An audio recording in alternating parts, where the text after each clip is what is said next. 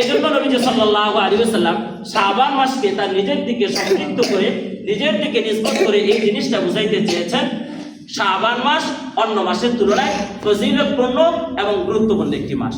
এই মাসে আল্লাহ নবী সাল্লাল্লাহু আলাইহি ওয়াসাল্লাম অনেক বেশি রোজা রাখতেন। কি রাখতেন বলেন তো? অনেক বেশি রোজা রাখতেন। হযরত আয়েশা সিদ্দিকা রাদিয়াল্লাহু তাআলা আনহা থেকে বর্ণিত, তিনি বলেন, মা রাআইতু রাসূলুল্লাহ সাল্লাল্লাহু আলাইহি ওয়াসাল্লাম ইস্তাকমালা সিয়ামা শাহরিন কাত্তু ইল্লা রমাদান। আমি নবীজি সাল্লাল্লাহু আলাইহি ওয়াসাল্লামকে রমাদান মাস ব্যতীত আর কোন মাসে পূর্ণ মাস রোজা রাখতে দেখিনি। আয়েশা সিদ্দিকা রাদিয়াল্লাহু তাআলা আনহা নবীজি সাল্লাল্লাহু আলাইহি ওয়াসাল্লামের সম্পর্কে কি হন বলেন তো? স্ত্রী হন। নবীজি সাল্লাল্লাহু আলাইহি ওয়াসাল্লামের স্ত্রী বলতেছেন যে আমি নবীজি সাল্লাল্লাহু আলাইহি ওয়াসাল্লামকে রমাদান মাস ব্যতীত আর কোন মাসে পূর্ণাঙ্গ মাস রোজা রাখতে দেখি। ওয়া মা রাআইতুহু ফি শাহরিন আকসারা মিনহু সিয়ামান ফি শাবান। আর আমি নবীজি সাল্লাল্লাহু আলাইহি ওয়াসাল্লামকে শাবান মাস ব্যতীত আর অন্য কোন মাস, রমজান মাস এটার আলোচনা তো শেষ হয়ে গেল, উনি এরপরে শাবান মাসের কথা বলেন। আমি নবীজি সাল্লাল্লাহু আলাইহি ওয়াসাল্লামকে দেখেছি তিনি শাবান মাসে যে পরিমাণ রোজা রাখতেন অন্য কোন মাসে, রমাদান ব্যতীত অন্য কোন মাসে ওই পরিমাণ রোজা রাখতেন না। তার মানে রমাদান মাস আল্লাহ নবী সাল্লাল্লাহু আলাইহি ওয়াসাল্লাম পূর্ণাঙ্গ মাসে রোজা রাখতেন, আর শাবান মাসে তিনি অন্য মাসের তুলনায় শাবান মাসের তুলনামূলক বেশি রোজা রাখতেন। কোন কোন মুসলিম শরীফের বর্ণনা, এটা যে হাদিসটা বললাম এটা মুসলিম শরীফে হাদিস রয়েছে। মুসলিম শরীফের আরেকটি বর্ণনার মধ্যে রয়েছে, কানা রাসূলুল্লাহ সাল্লাল্লাহু আলাইহি ওয়াসাল্লাম ইয়াসুমু শাবান কুল্লাহু। নবীজি সাল্লাল্লাহু আলাইহি ওয়াসাল্লাম পূর্ণ শাবান মাসে রোজা রাখতেন। আবার এই riwayতের মধ্যে অপর আরেকটা বর্ণনার মধ্যে রয়েছে, কানা রাসূলুল্লাহ সাল্লাল্লাহু আলাইহি ওয়াসাল্লাম ইয়াসুমু শাবানা ইল্লা কলিলা। নবীজি সাল্লাল্লাহু আলাইহি ওয়াসাল্লাম শাবান মাসে রোজা রাখতেন, তবে অল্প কয়েকটা দিন তিনি মাঝে মাঝে রাখতেন না। সব মিলে আমরা বলতে পারি রমাদান মাস তিনি পূর্ণাঙ্গ রোজা রাখতেন, আর রমাদান মাস ব্যতীত শাবান মাসে তিনি যে পরিমাণ রোজা রাখতেন অন্য কোন মাসে এই পরিমাণ রোজা তিনি রাখতেন না। তাহলে শাবান মাসের একটি বিশেষ আমল হলো আমাদেরকেও বেশি বেশি করে নফল রোজা রাখা, বিশেষত এই আরবি তারিখ অনুযায়ী 13, 14, 15 তারিখ প্রত্যেক সপ্তাহে সোমবার বৃহস্পতিবার করে রোজা রাখা। শাবান মাসের একটি বিশেষ রাত্র রয়েছে, যেই রাত্রিকে আমরা আমাদের পরিভাষায় বলি শবে বরাত। কি বলি বলেন তো? শবে বরাত। আর হাদিসের পরিভাষায় এই রাত্রিকে বলা হয় লাইলাতুন নিসফি মিন শাবান। শাবান মাসের অর্ধ মাসের একটি রাত্র।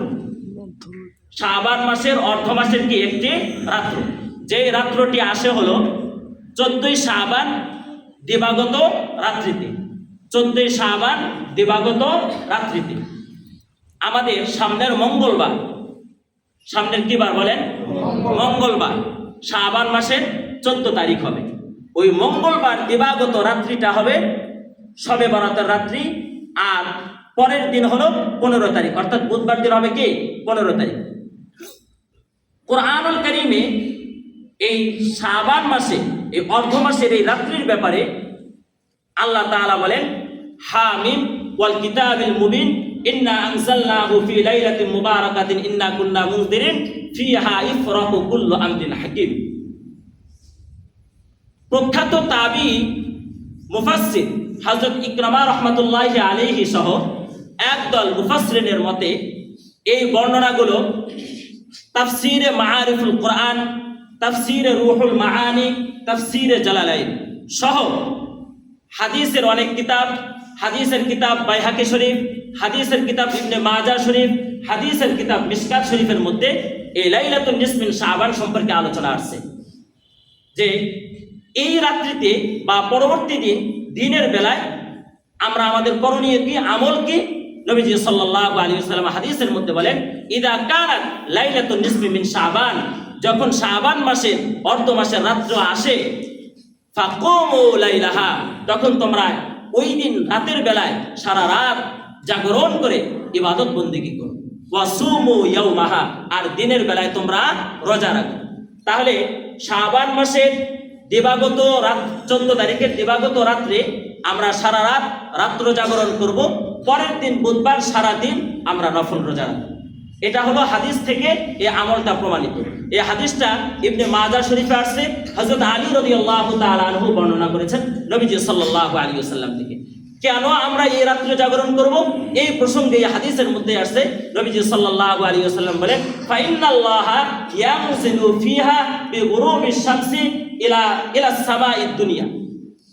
শাবান মাসের 14 তারিখে দিবাগত রাত্রে, এ রাত্র আসার আগেই যে সূর্য যখন অস্ত যায়, তখন আল্লাহ তাআলা প্রথম আসমানে নেমে আসেন। কোথায় নেমে আসেন বলেন? প্রথম আসমানে নেমে আসেন। নেমে এসে আল্লাহ তাআলা আমাদেরকে ডেকে ডেকে বলেন, ফায়াকুল, তিনি বলেন, আলা মিন মুস্তাগফিরিন, কোন ব্যক্তিকে এমন রয়েছে যে আমার কাছে তার জিন্দেগীর গুনাহের জন্য ক্ষমা প্রার্থনা করবে, ফাআগফিরলা, আমি তাকে ক্ষমা করে দেব। সুবহানাল্লাহ। আলা মিন মুস্তারজিকিন, কোন ব্যক্তি রয়েছে যার জীবিকার প্রয়োজন, যার রিজিকের প্রয়োজন, তার অর্থ সম্পদের অভাব রয়েছে, সে আমার কাছে তার জীবিকা চাবে, তার রিজিক চাবে, ফাআরযুকাহু, আমি তাকে রিজিক দান করব। সুবহানাল্লাহ। আলা মিন মুবতালান, কোন ব্যক্তি রয়েছে যে ব্যক্তি বিপদগ্রস্ত, সে অসুস্থ রয়েছে, নানান পেরেশানি, নানান বিপদ তাকে চেপে বসেছে, সে ব্যক্তি আমার কাছে প্রার্থনা করবে, ফাআফিয়াহু, তাকে আমি বিপদ থেকে উদ্ধার করব। সুবহানাল্লাহ। আলা কাদা হাত্তা ইয়াতলু আল ফজর। আল্লাহ তাআলা এইভাবে একের পর এক বান্দাকে ডাকতে থাকবেন, আর এইভাবে আল্লাহ তাআলা আমাদেরকে ডাকবেন ফজর পর্যন্ত। কখন পর্যন্ত বলেন তো? ফজর পর্যন্ত। এজন্য ভাই, ইনশাআল্লাহ সামনের মঙ্গলবার বাদ ঈশা আমরা এখানে শাবান মাসের গুরুত্ব নিয়ে, শবে বরাতের রাত্র, এটা একটা ফজিলতপূর্ণ রাত্র, এই বিষয়ে আলোচনা করব। সময় সংক্ষিপ্ত থাকার দরুন ওই বিষয়ে এখন কথা বলবো না। আর একটা গুরুত্বপূর্ণ বিষয় আছে, সেই বিষয়ে কিছু কথা বলবো। তবে আমি এক কথাই শুধু বলে দেব, আমাদের সমাজে প্রচলিত রুটি হালুয়া খাওয়ার নামে এক ধরনের কুসংস্কার রয়েছে, বিদআত রয়েছে। এই শাবান মাসের 14 তারিখের রাত্রিবেলায় এরা শবে বরাত পালন করার নামে মসজিদের মধ্যে রুটি হালুয়া বা আপনার খিচুড়ি, কুরমা ইত্যাদির আয়োজন করে। হাদিস, কোরআন এবং হাদিসের মধ্যে কোথাও এরকম কেউ একটা প্রমাণ দেখাইতে পারবেন না যে প্রমাণের মধ্যে, যে হাদিসের মধ্যে বা যে আয়াতের মধ্যে এমন কিছু আছে যেটার মধ্যে এটার প্রমাণ পাওয়া যায় যে 14 শাবান দিবাগত রাত্রিতে শবে বরাত পালন করতে গিয়ে রুটি হালুয়া খাইতে হবে, এই খিচুড়ি খাইতে হবে, জিলাপি খাইতে হবে, খুরমা খাইতে হবে, শবে বরাত পালন করতে গিয়ে এই ধরনের কোনো বিধান কোথাও আপনারা পাবেন না। আমি আপনাদেরকে চ্যালেঞ্জ করে বললাম। অতএব যারা মসজিদের মধ্যে এই ধরনের আয়োজন করবে, তারা আল্লাহর নবী সাল্লাল্লাহু আলাইহি ওয়াসাল্লামের সুন্নতের খেলাফ কাজ করবে, একটা বিদআত কাজ করবে। আর হাদিসের মধ্যে আছে একটা বিদআত একজন মানুষকে জাহান্নামে পৌঁছিয়ে দেয়। একটা বিদআত একজন মানুষকে কোথায় পৌঁছিয়ে দেয়? জাহান্নামে পৌঁছিয়ে দেয়। এজন্য ভাই, ওই রাত্রকে কেন্দ্র করে আমরা মসজিদের মধ্যে এমন কোনো আয়োজন করবো না, রুটি হালুয়ার কোনো আয়োজন করবো না, খিচুড়ির আয়োজন করবো না। ইবাদত করার রাত্র আমরা ইবাদত বন্দেগী করে সময়টা পার করব। আল্লাহ তাআলা আমাদের সবাইকে বোঝার জন্য তৌফিক দান করুন এবং আমল করার তৌফিক দান করুন।